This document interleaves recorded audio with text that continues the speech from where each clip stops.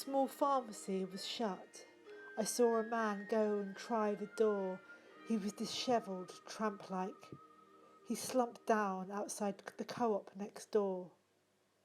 A man went into the shop and without saying anything bought a 3-litre bottle of water and left it by the bin for him. Look at that rainbow.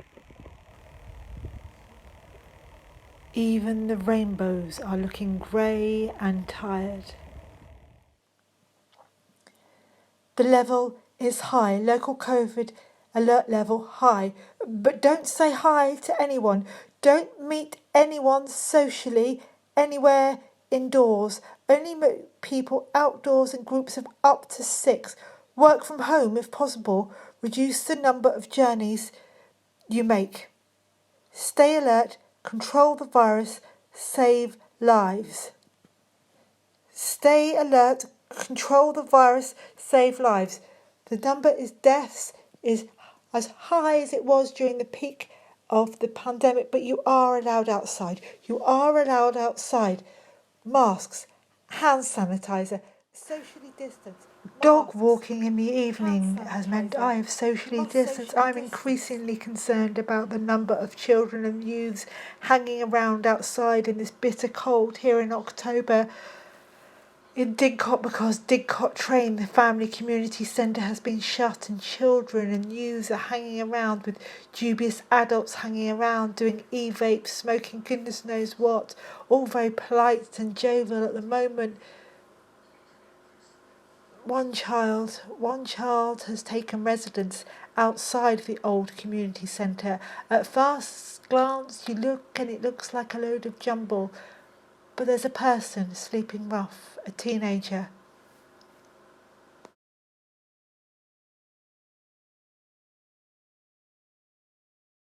Is society going down the pan? My partner has been following me around the house with the commode due to a procedure I am overdue. However, I am laughing now, as next week I'm having the procedure, as Boris is letting people operate again. So, Royal Berkshire Hospital in Reading seems to be on the ball now as regards appointments and procedures. I went for my pre-operative assessment there today. Didn't hear a dicky bird back from Oxford, so I'm having to go over to Reading to have my op.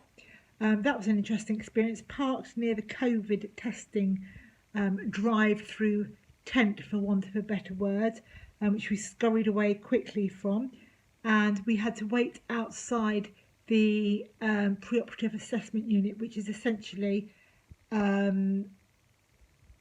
glorified sort of static caravan, really, that's been there for many, many years. It was probably only there originally as a temporary measure, but with the paper walls, you know what I'm talking about. Anyway, so we had to wait out in the cold with other disabled and elderly people, because you're only allowed 5 people in the waiting room at one time, and of course they were running behind by about an hour, so there was a bit of a backlog. However, we did say we're going to go and wait in the white Jeep. When you want us, come and get us. Really felt for this elderly guy. He could hardly stand up and was propping himself up against the wall and had come by himself, didn't have anyone to speak up for him. Really felt for him. And this elderly lady with her daughter was a bit sort of confused standing out there in the cold. It's very, very bitter. End of October now, going into November. But it is what it is. In the waiting room, when we eventually got in there, not many windows open. They took my temperature before I went in. God knows how many people had the rod with the new plastic bit in their mouths prior to me. Obviously, COVID, if you've got a temperature, that's the first sign of COVID.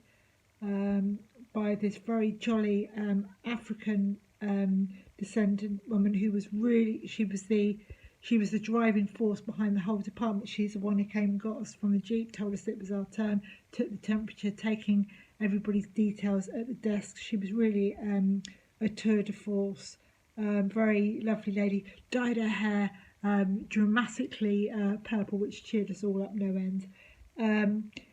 So yeah, went into the appointment on my mobility scooter, had trouble standing up to go on the weighing scales, couldn't really lean on the walls because they're paper thin. I noticed a few hands had gone through the wall where people had tried to do similar. And then my height was taken as well.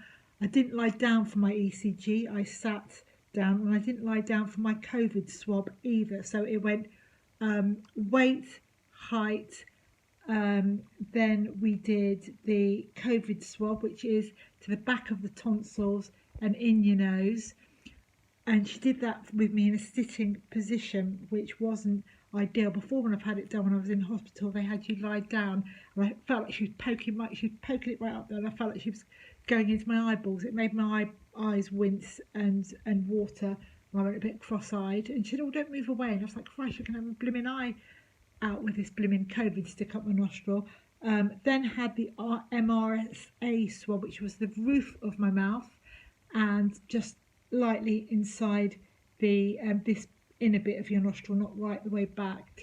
So yeah, weight measure, COVID swab, MRSA swab, and then she did an ECG with me sitting up rather than lying down because I was on my mobility scooter. The usual chat that you have didn't happen because about 3 or 4 months previous to that, I'd given all my details about my medication and my history over the phone, so hopefully they've got a clear record of that. Had trouble relaxing and going for a wee because the disabled toilet was really difficult to access on my mobility scooter, and I had to stumble in there and leave the mobility scooter outside, and things like the handrails were flush up against the cupboard, so if you use the handrail you squished your hand against the cupboard. But anyway, we got there in the end. 3 cups of water later and I managed to do a urine sample. It was very dark coming out. The car park wasn't very well lit, but I had a nice bright yellow coat on, and I was with Mark. So pre-operative assessment experience, October 2020 from the Royal Berkshire Hospital.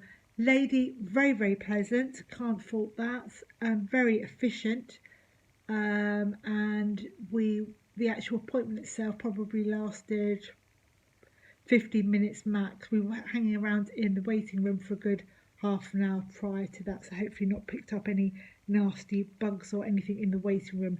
We did have our masks on, but there was a window open behind the receptionist desk, but not in the actual waiting area. And the young lad who was running the COVID swabs in the drive-through COVID testing area where people think that they might have COVID and come to be tested was in and out from the pre-operative assessment unit with swabs and things like that, which was a bit disconcerting.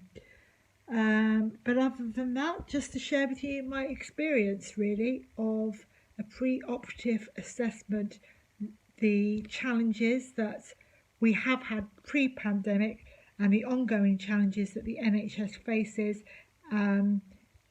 with room for development.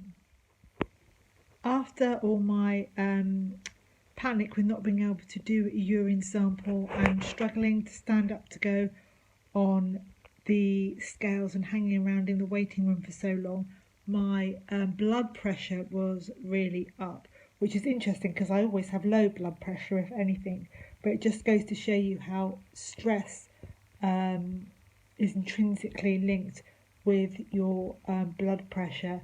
So if you do suffer with high blood pressure, try to eradicate the stresses in your life. Seems to be the role there.